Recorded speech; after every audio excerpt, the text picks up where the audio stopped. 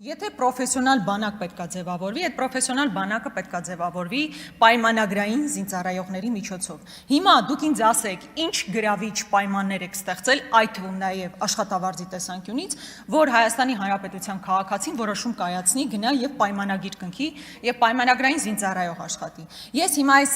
հակադրություն չէ, բայց համեմատությունը մշտապես բերում եմ, որովհետեւ կարծում եմ տեղին համեմատություն է։ Պարեկի եւ սահմանին կանգնած պայմանագրային զինծառայող միջև պարոն Պապիկյան անթույլատրելի է, որպեսզի պայմանագրային զինծառայողը ստանա ավելի ցածր աշխատավարձ ու զգալի ցածր աշխատավարձ, քան պարեկը։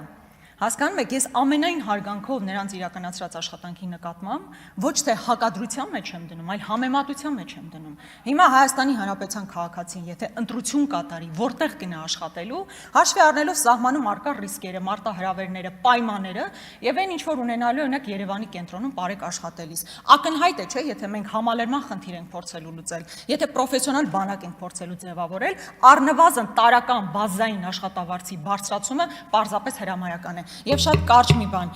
հիմա ուզում եմ հասկանալ օրինակ այս փոփոխությամբ ինչ ենք մենք ստանալու, օրինակ մարտական հերթապահության դիրքերում մենք փոփոխություն ունենալու ենք, թե չէ, որովհետև բավականին երկար ժամանակ ավել մեր զինծառայողները ստիպված են լինում մնալ դիրքերում։ Շնորհակալություն։